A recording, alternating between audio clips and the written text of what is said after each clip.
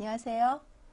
노인 스포츠 지도사 필수 선택 과목인 노인 채용론을 담당하게 된 임상원입니다. 체육 지도자 자격제도 개편에 따라서 여러분들은 필기시험을 치르신 후에 실기와 구술시험을 보시고 그리고 실무 연수를 받게 됩니다. 필기시험과 실기시험 때, 그 구술시험 때에 필요한 그 이론적 배경 내용에 대해서 선생님 다시 할게요. 아, 왜 이렇게 꼬이냐 처음부터. 죄송해요. 다시 할게요. 네, 바로 다시 시작하겠습니다. 바로 하면 돼요? 네. 네, 부탁드릴게요. 네. 네, 시작하겠습니다. 셋, 둘, 하나, 쭉. 네, 안녕하세요. 노인 스포츠 지도사 필수 선택 과목인 노인 채용론을 담당하게 된 임상원입니다. 체육 지도자 자격제도 개편에 따라 여러분들은 필기시험을 치르신 후에 실기 및 구술시험을 보시고 그리고 실무 연수를 받게 되시는데요. 이 필기시험과 구술시험에서 그 요구되는 이론적 내용에 대해서 짚어드리도록 하겠습니다. 첫 번째 1강입니다. 노인 체육의 이해라는 제목인데요. 노인 체육이란 무엇인가? 그리고 노인 체육이 왜 필요로 되어졌는가에 대해서 전반적으로 알아보도록 하죠. 1강에서 여러분들이 알아야 할 학습 목표입니다. 첫 번째, 역연령과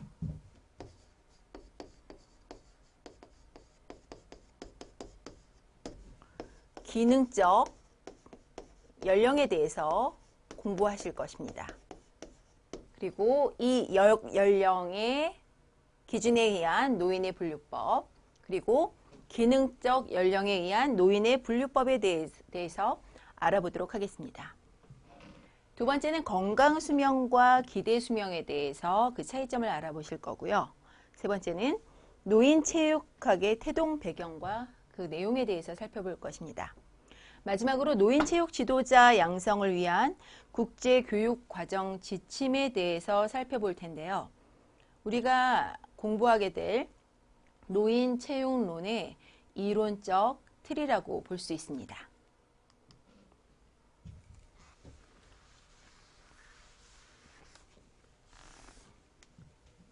노인의 분류에 대해서 세부적으로 살펴보기 전에 이러한 노인에 대해서 왜 이렇게 관심을 갖게 되었는지 그 이유에 대해서 조금 더 알아보도록 하겠습니다.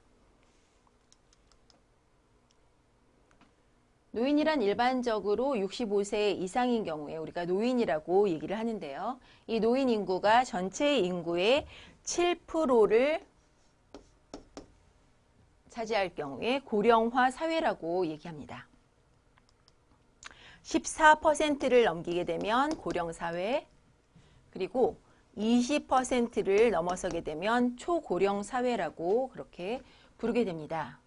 우리나라의 경우에는 고령화는 늦게 찾아왔지만 고령사회, 초고령사회는 굉장히 빠르게 도달될 것으로 예상되고 있습니다. 이에 따른 문제점으로는 노동력 상실이라는 것 외에 사회 복지 비용의 증가, 그리고 의료 비용의 증가라는 사회적인 부담이 문제로 대두되고 있습니다.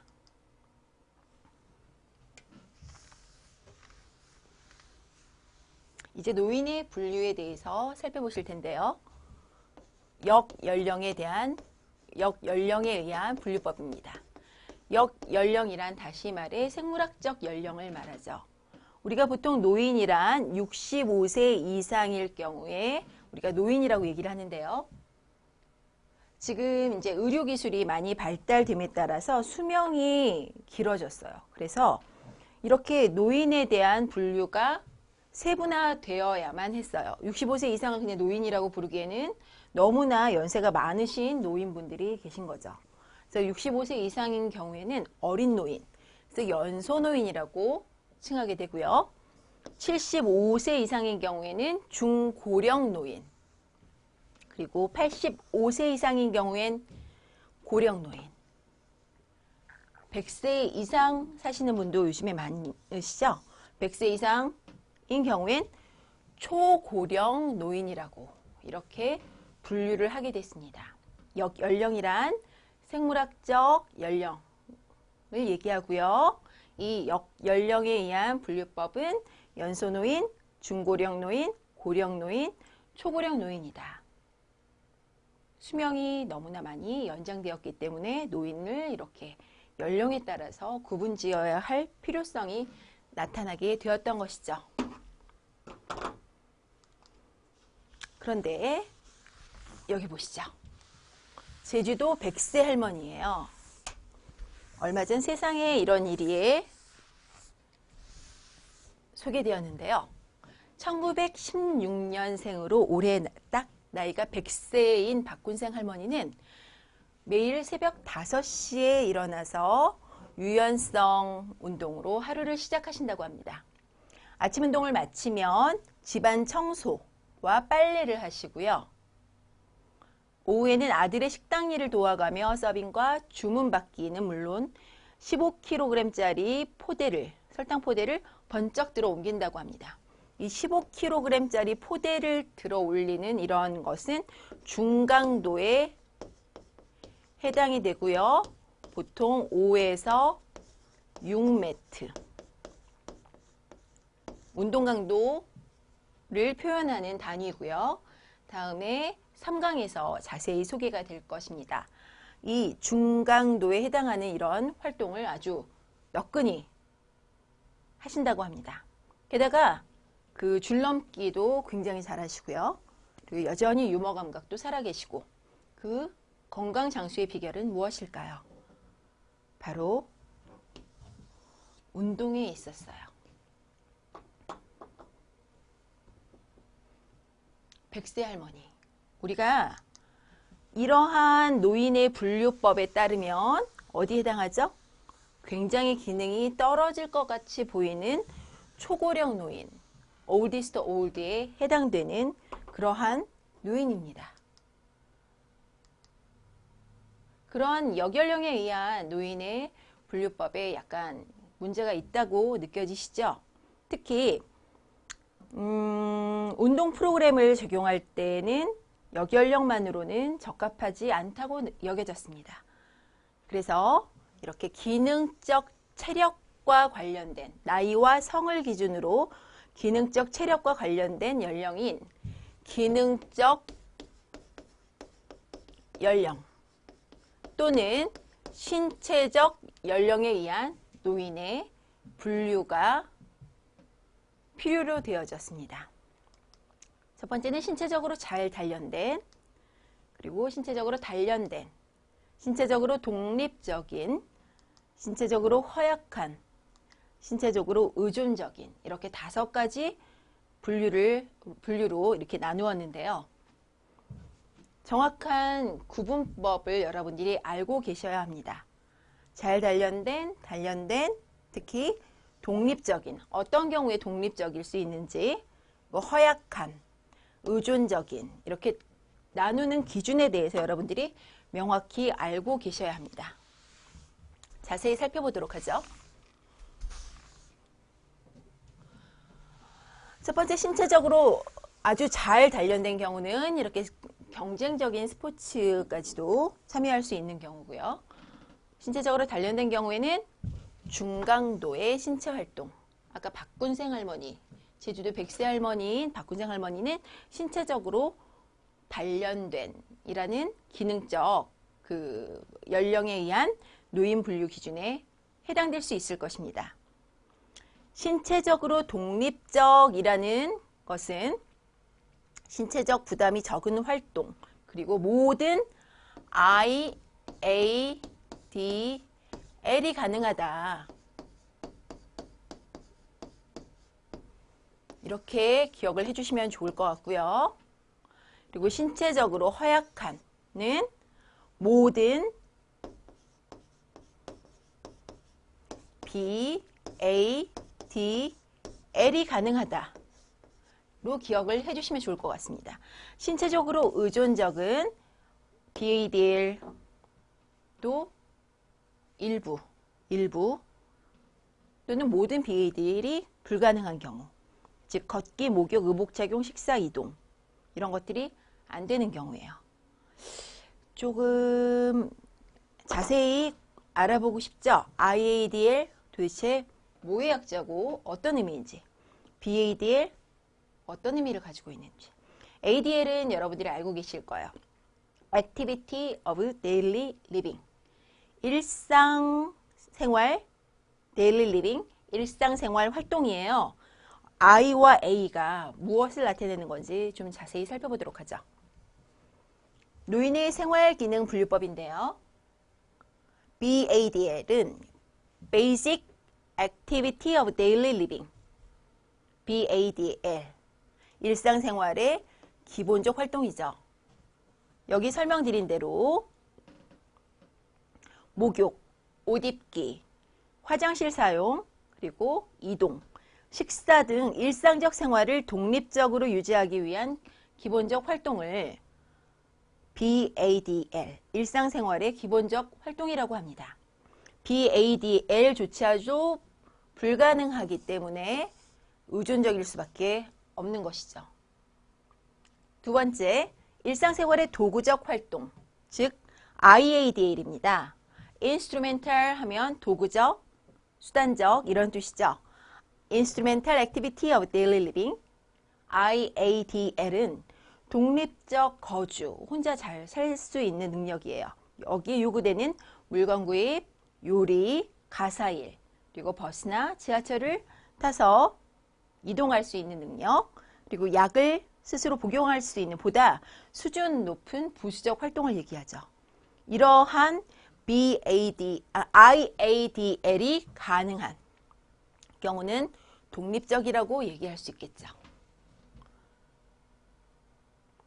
지금 노인의 생활기능 분류인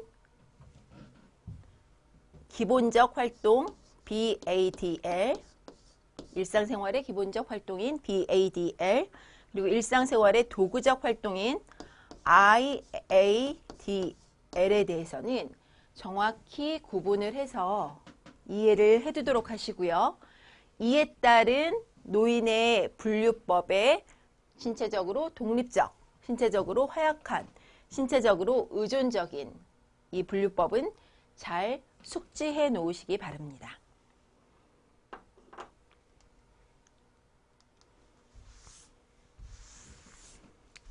이제 한국인의 평균 수명과 건강 수명에 대해서 알아보도록 하겠습니다. 제목에는 지금 기대 수명하고 나와 있죠. 예, 평균 수명, 살 수 있는 수명을 말합니다. 거기에 비해서 건강 수명이란 무엇일까요? 건강하게 살 수 있는 수명을 얘기하죠. 평균 수명은 남성 77.6세, 여성 84.4세. 건강 수명은 그렇지만 이보다 10년 정도 낮습니다. 65.2세, 66.7세. 평균적으로 살 수 있는 나이가 이것임에 반해서 건강하게 살 수 있는 나이는 한 10년 정도 더 낮다는 것은 무엇을 의미하는 거죠? 건강하지 않게 사는 기간이 10년 이상이라는 얘기죠. 이 간극을 메우기 위한 노력이 필요하다는 것을 시사하는 것입니다.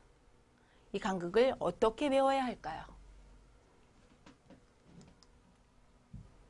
그리고 건강하지 못하게 사는 10년간의 영향을 미치는 그러한 질환은 무엇일까요? 여기 소개된 백내장, 폐렴, 뇌경색, 치매, 관절염 이런 것들이 모두 다 건강하지 못하게 10년을 보내게 되는 그러한 노인의 만성질환들인데요. 이것들은 눈과 폐, 뇌, 관절에 생기는 질환으로 독립적인 보행과 관계가 되고요. 넘어짐과도 아주 관계가 깊습니다. 노인에게 있어서 넘어짐은 굉장히 의미가 틀립니다. 젊은 사람들인 경우엔 그냥 넘어지면 가벼운 타박상 정도겠지만 노인에게 있어서의 넘어짐은 골절의 위험을 안고 있습니다. 특히 손목이라든지 척추, 그리고 골반, 특히 골반과 대퇴가 만나는 부위에, 그러니까 대퇴의 목에 해당하는 부위가 잘 골절이 일어나기 쉬운데요. 이 부분에 있어서 대퇴의 골반에 연결되는 대퇴의 목에 해당하는 부분이 골절을 겪게 되면은 입원 치료를 받으시면 물론이고 1년 이내에 사망하실 확률이 20%에 달한다고 합니다. 그리고 퇴원하실 무렵에는 만성질환을 덤으로 안고 퇴원을 하게 되시고요. 노인에게 있어서 넘어짐은 상당히 치명적입니다. 더불어 노인에게 있어서 질병이라는 것은 통증 그리고 불편감으로 인해서 삶의 질이 저하되고요. 심리적 변화로 우울증을 동반을 하게 됩니다. 그리고 약물 복용으로 인해서 어지러움증이라든지 메스꺼움, 졸음, 피로감, 그리고 경련 등의 부작용을 동반할 수밖에 없는데요. 더욱 심각한 것은 한 가지 이상의 질병을 복합적으로 가지고 계신 분이 많다는 것입니다. 그리고 그것은 연령이 증가할수록 더욱 많아집니다.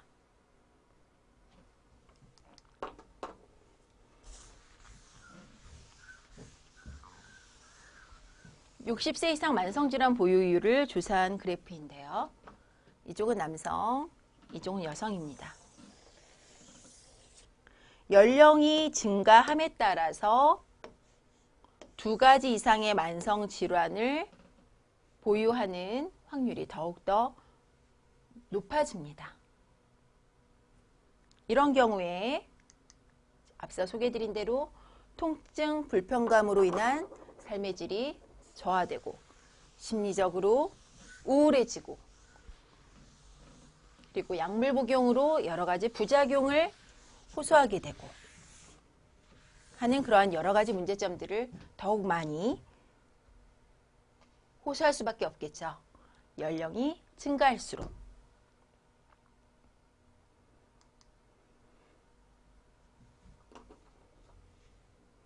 더욱이 치매라든지 뇌경색증 등은 신체 활동 부족, 무릎 관절증도 마찬가지겠죠.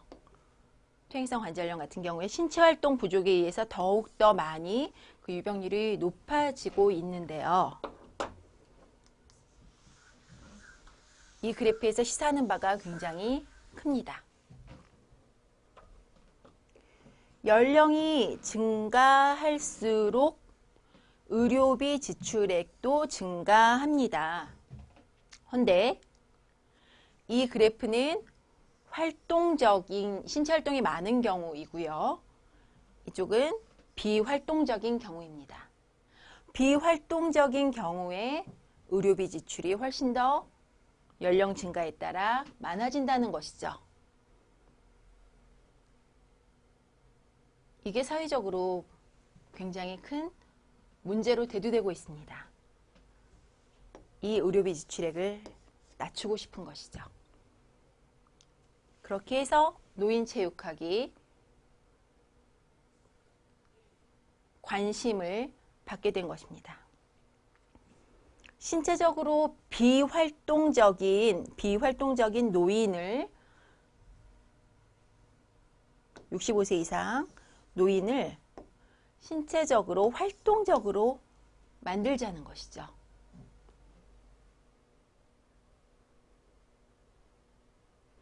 노인체육학, 제로키네시올로지는 그야말로 노인학과 체육학의 합성어입니다. 우리가 공부하는 운동생리학, 운동역학, 운동심리학 등 여러 가지 체육학적인 이론을 바탕으로 노인이라는 대상에게 적용하고자 하는 학문입니다.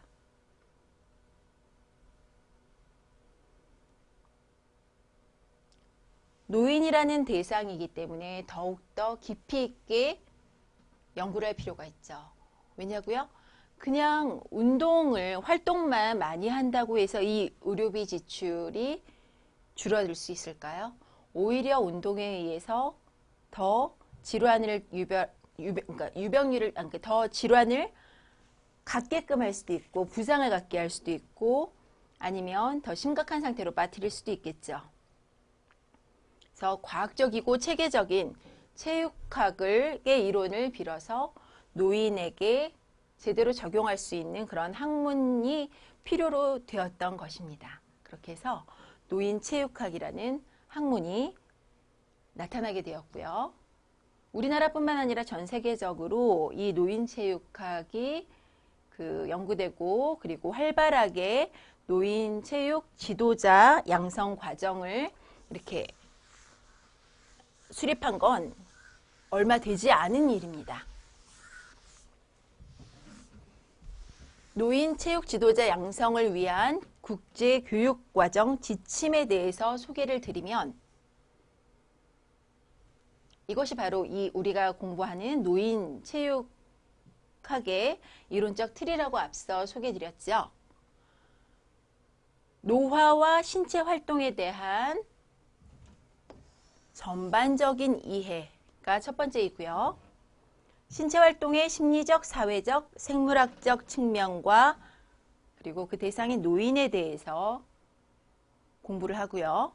그리고 노인을 대상으로 운동 지도를 하기 전에 어떻게 사전 검사를 하고 평가를 하고 그리고 운동 목표를 설정할 것인가에 대한 공부를 하게 됩니다.